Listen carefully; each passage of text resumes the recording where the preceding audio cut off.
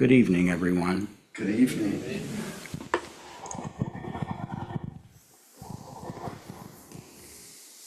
Try that. So,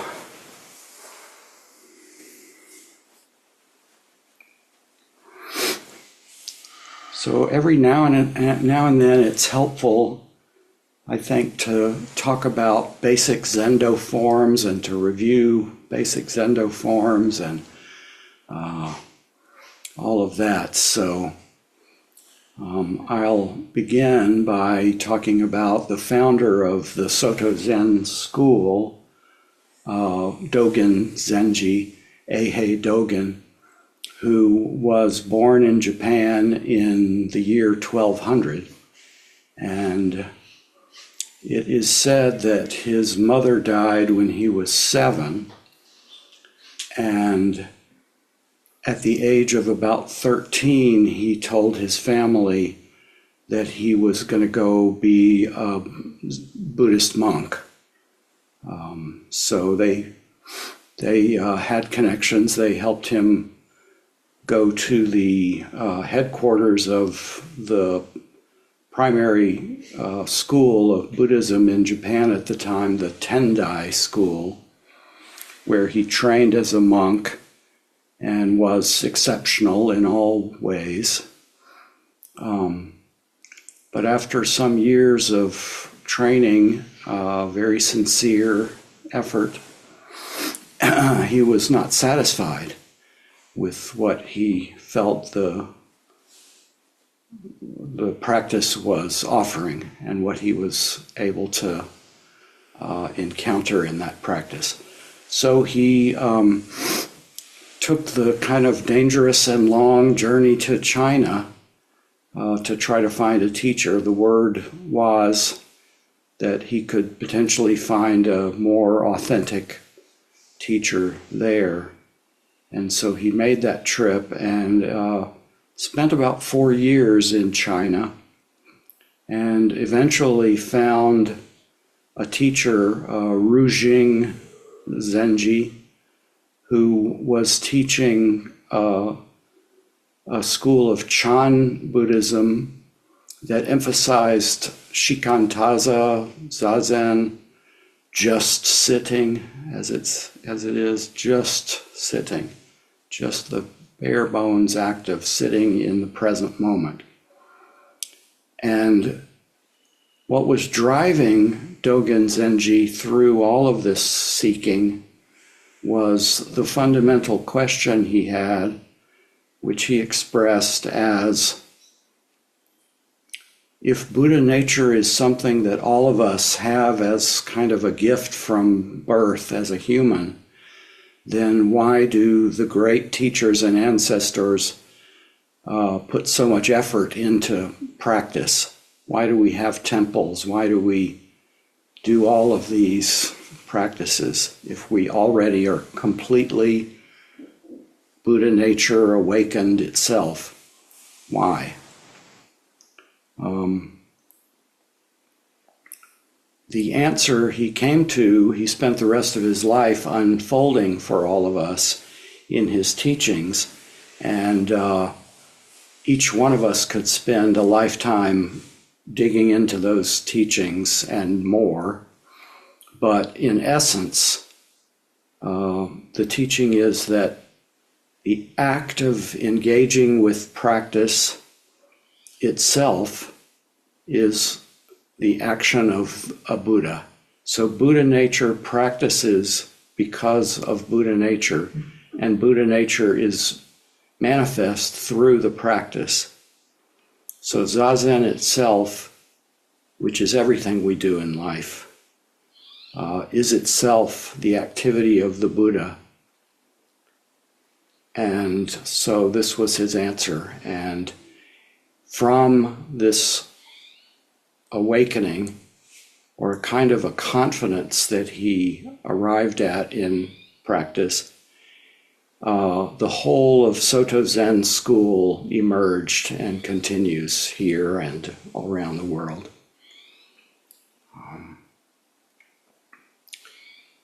So naturally our bodies and our minds come with us to the temple. And so they are a big part of our practice. We engage our body and our mind, or our mind and our body are here with us in practice. They are the manifestation of Buddha. Without form, without body, you could not practice, of course. Without body-mind, there would be no practice.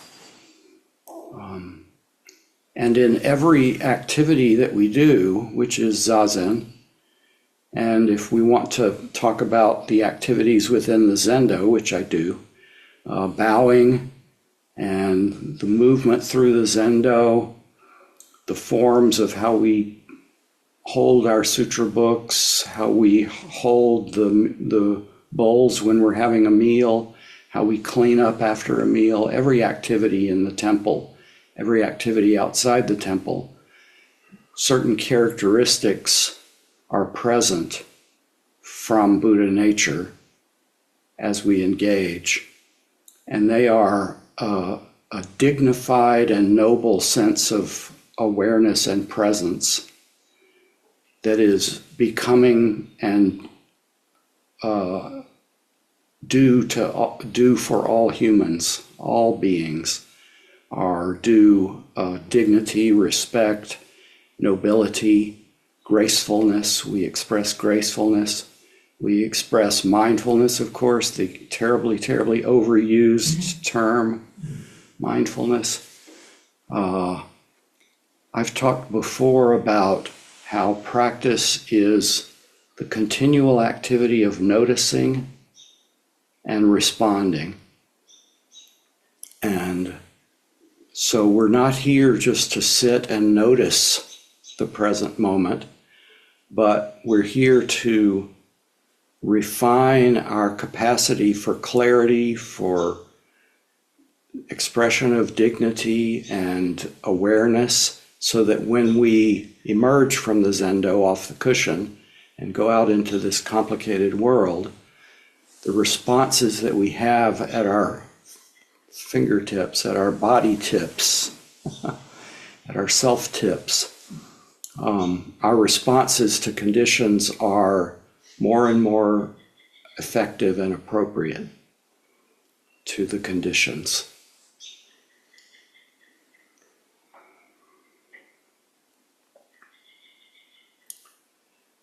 So noticing and responding, and as we continue in practice, clarity emerges, clarity deepens, and what the experience is like a tempo of noticing comes into awareness more deeply. So obviously in our human form, the mind is very busy all the time. The body is also busy doing a lot of activities all the time. In Zazen and through practice, we have the opportunity to develop clarity so that our tempo of noticing begins to catch up to the tempo of mind-body activity. So the frame rate of experience and the frame rate of noticing come into more alignment through practice. And in this way, when we pick up the eating bowl, it is really, really there for us. And we're able to actually take in the food and nourishment rather than just whatever happens without this kind of noticing, carelessness. It's also the case that in our interactions with others in the world, because we engage with a deeper clarity and a more skillful noticing, we're able to really be with each other. This face here doesn't belong to this one, really. I don't have any idea what is right here. It really belongs to the world and to you. And likewise for you, you have this big open window of perception, and you appear bursted wide open in the world with the capacity to respond to one another with compassion, with wisdom. So our Buddha nature is available to one another through our interactions and our relationships.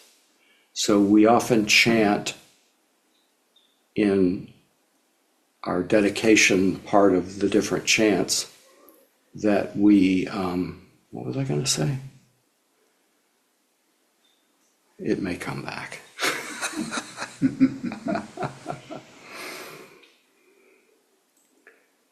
So I think I might get up and do a couple of demonstrations in the Zendo just as reminders of some things for everyone. So that means my body has to move.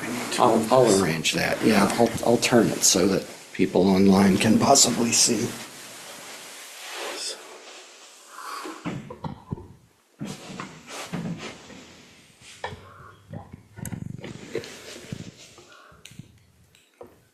Okay. So I just want to demonstrate. You may need to turn. I'm going to start with entering the Zendo. So as you know, Shashu is our primary standing posture. Left hand thumb inside, right hand thumb on top. Just resting comfortably here. It feels to me, because I've done it for so many years, so safe and warm and comforting. Shashu. So anytime you're standing in the practice space, you're in Shashu. So when we drive to the temple, the atmosphere of Zazen begins immediately. When we get into our car, we know we're going to the temple. So Zazen really begins, not that it ends at any point, but it really, in a way, it begins when we get in the car to come to the temple. Our clarity starts to rise and our intention for Zazen starts to rise. We drive to the temple. And then when we come in the door, our hands naturally want to be in Shashu once we're inside the temple. It's a manifestation of Buddha nature, respect, dignity, nobility. One thing we can receive from this practice for ourselves even is a greater self-respect and feeling of authenticity and nobility as a human. So we're in Shashu as we approach the Zendo. And when we arrive at the threshold, we always step over with the right foot. And the reason is the Buddha is there. If we stepped over with the left foot, we would be turning away from the Buddha. So in Shashu posture, you step over with the right foot and step forward 2 more steps, and then bow straight ahead. And as you know, the official Soto Zen Gasho bow, the fingertips are at the nose height and about a fist away. So that's, and not, you don't have to be real tight with it, nice and comfortable. And the bow is an expression also of dignity, grace, nobility, respect. So take time and be present for all of these movements, all of these postures. Take time and really be present. So after your first bow upon entering the Zendo, we always walk through the Zendo in right angles. We don't go diagonally. So if I were going to sit over there, I would go straight along the platform and then along the platform. And then I would arrive at whatever seat, and I would bow to the seat, and then turn clockwise. We're a clockwise tradition, and bow away. And then I would sit down and turn around and arrange myself. I always like to emphasize for people that you don't have to feel rushed when you arrive in the Zendo. You can please take your time and arrange your body so that it's as comfortable as can be for Zazen. If you're sitting in kneeling posture on a bench or on a cushion, or if you're doing cross-legged, or if you're in a chair, take your time and make sure you're nice and settled and comfortable before you enter that stillness place. And if you ever need to change what is there on your cushion, if you need a bench instead of a cushion, we always have extra materials and things right outside the Zendo. And if you need to change in the middle to some other option, that's fine too. It's fine. Just get up and do it and stay in Zazen, which is, you can't leave Zazen anyway if you wanted to.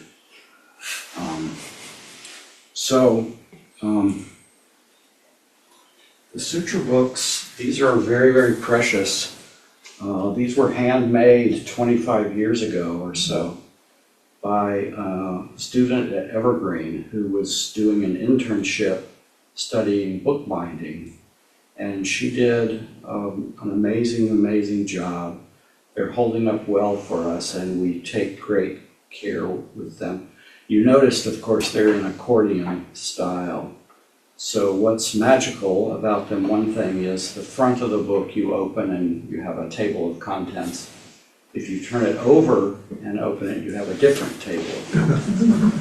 So there are a few ceremonies we do where you have to go from the front page whatever to the back page whatever, so it can get complicated.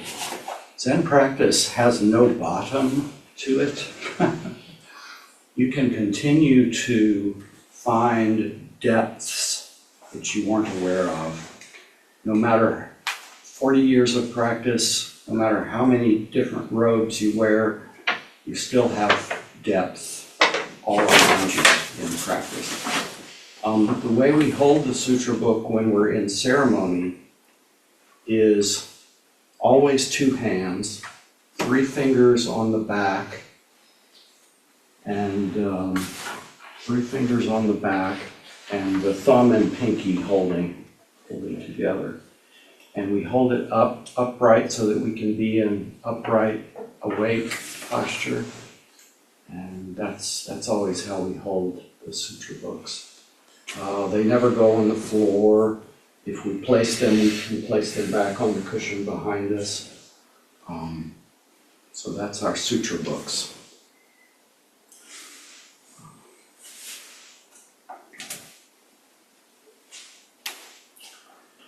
What else?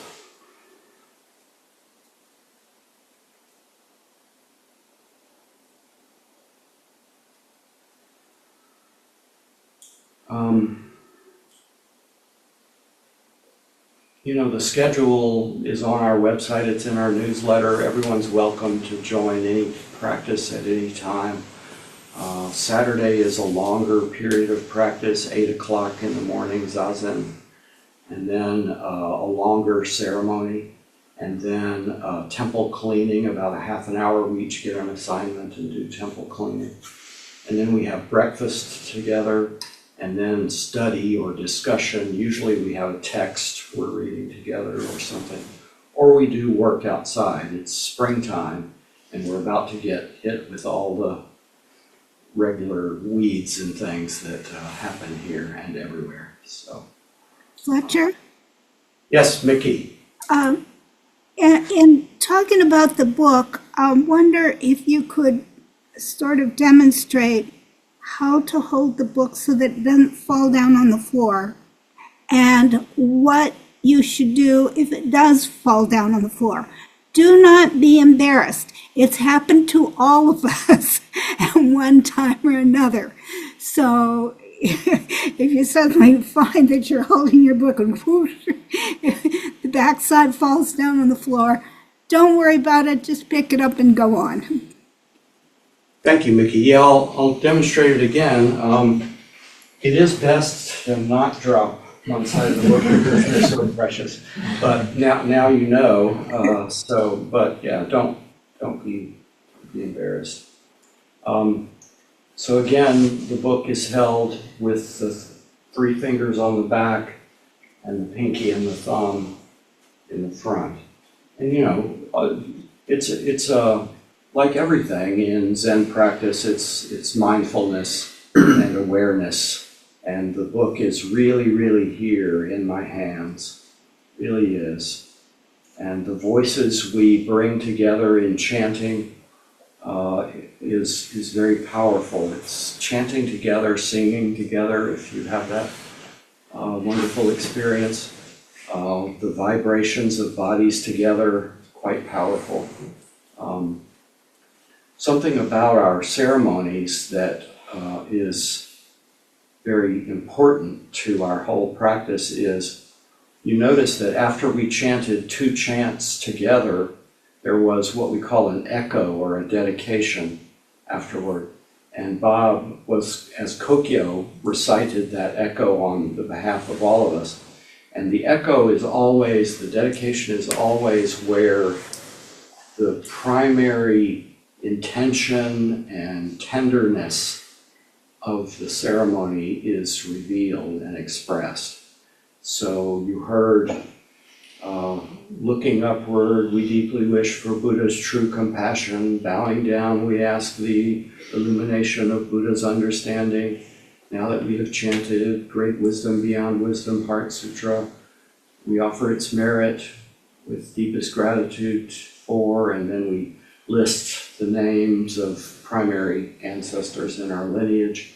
And then after that, we alternate on different weeks what comes after that. Usually we talk either about the welfare of children and families, the welfare and the courage that we wish to offer to our leadership in the world.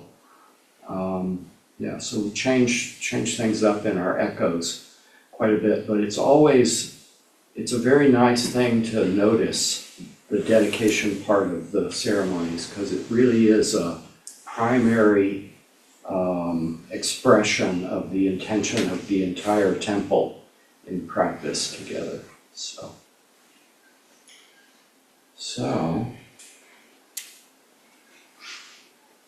I think I might rotate back and sit back down for another minute or two.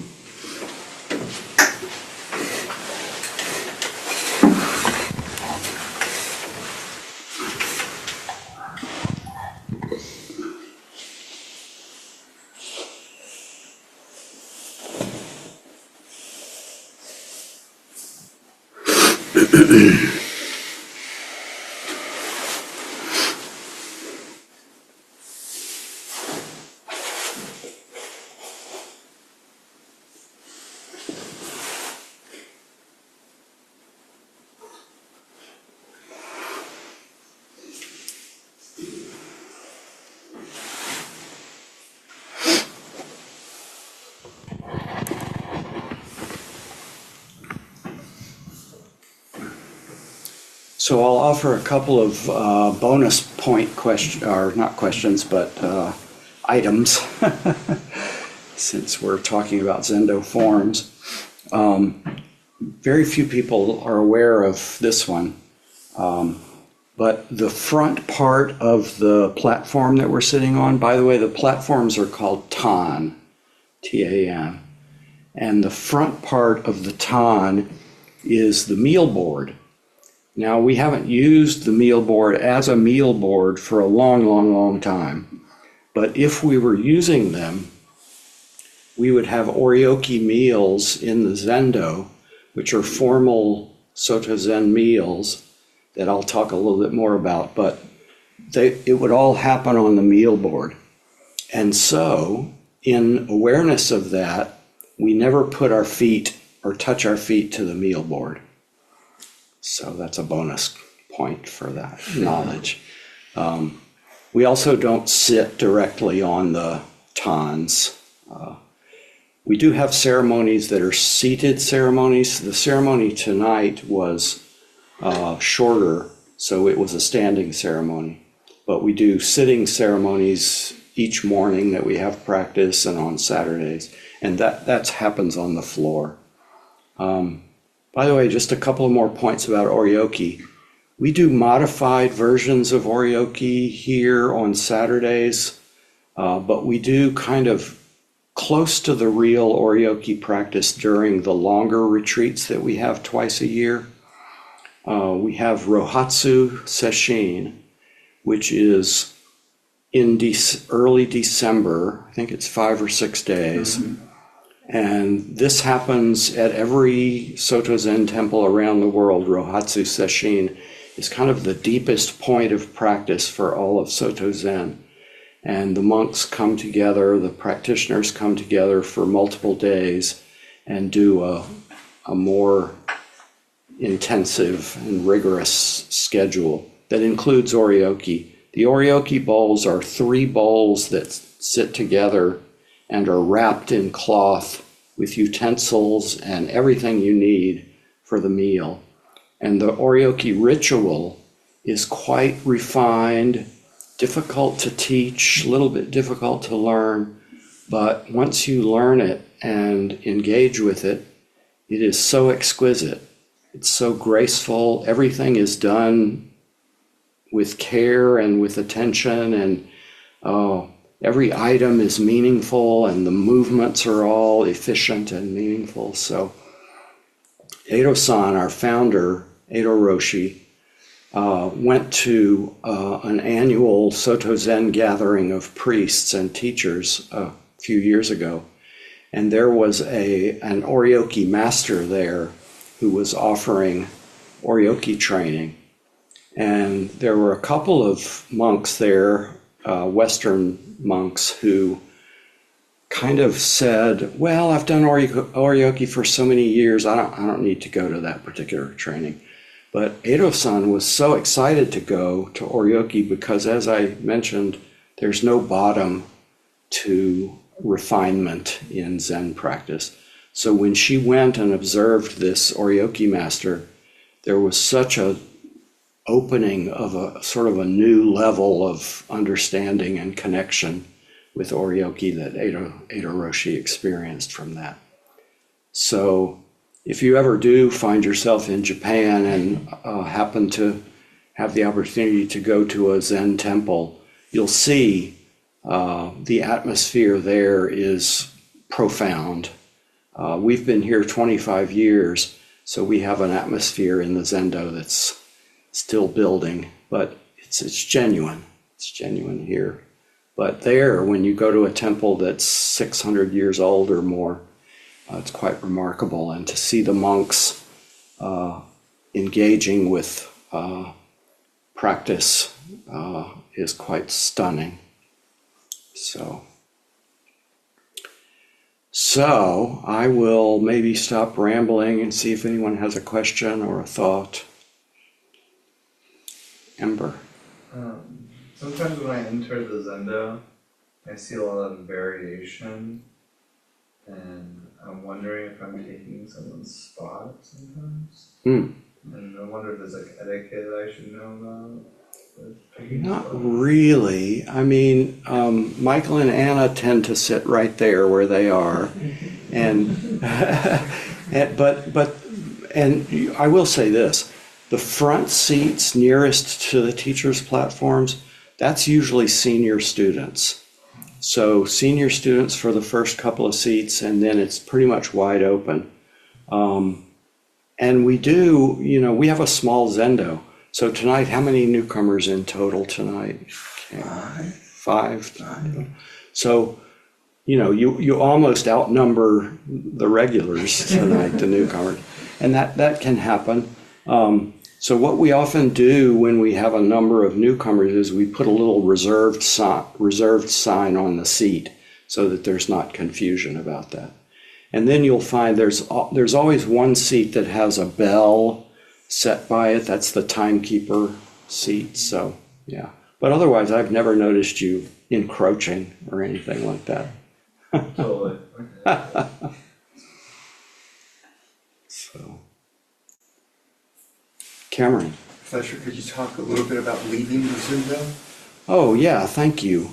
So in a moment, we'll be leaving the Zendo and we get to do this. So after we are finished with whatever we're doing in the Zendo, we fix our cushion, we make it round again. I love a nice round popping zafu. Those are zafus.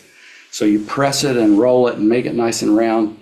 You brush off and smooth off your zabuton, the mat underneath. Place the cushion or the bench back in the center. Then you bow to the seat, turn clockwise and bow away. Actually, you turn clockwise and wait for everyone else to turn clockwise after having arranged their seat. Then we all bow together. Then you're back in shashu. Then the teacher or whoever's in the teacher's position for that event goes and makes a bow at the altar. Everyone turns and bows to the altar. That's a gasho bow. Sorry, this gets into detail. It's so much easier to do than to say. But anyway, the teacher goes to the bowing mat. Gasho bow. Everyone turns and gashos toward the altar. Then step back and shashu bow. Everyone turns back into the center and does a shashu bow. And then we leave by the people furthest into the Zendo.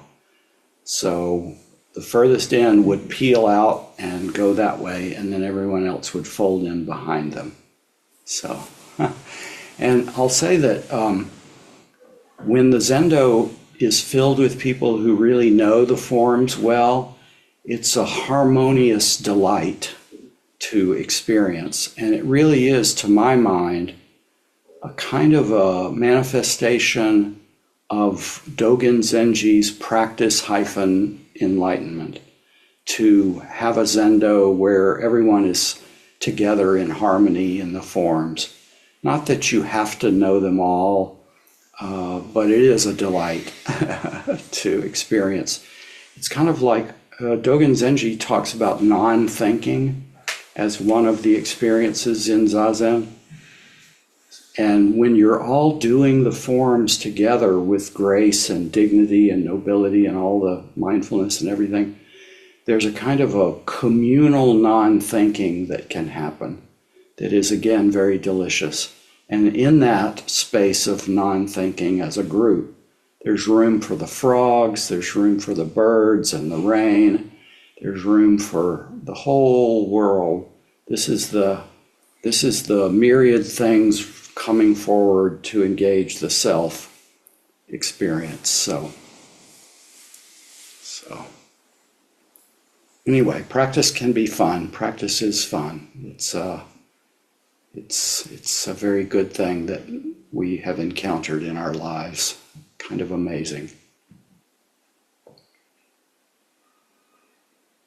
And one thing I would just say, having practiced here for a couple of months now, when you're first starting out and there's all these little details, it doesn't necessarily seem like they're that significant, but when you do the same thing like multiple times a week, you do it a lot, every little detail that's maybe slightly different each day, maybe there's a different chant or different people show up, or just like the slightest things almost sort of feel like vaguely exciting because it's novel. When you're doing something so repetitive, these little differences that pop up actually kind of energize you in a way. Yeah, it all adds up to a whole that is quite lovely. You might, if you have an inclination at some time, try. What am I trying to say here? Encourage yourself, if you wish, to come to morning practice for a month. Just do morning practice as much as you can for a month to see what that's like. It can deepen your practice if that's something that interests you. By the way, morning practice happens here on Tuesday, Wednesday, and Friday at 6:30 in the morning. Mm-hmm. And we have zazen and ceremony, and then that's it. So we're usually done by 7:45. So, but any practice is good practice. Zazen happens when you're behind the wheel. It happens when you're behind the shopping cart. it happens in all times, so. Okay, shall we stop there?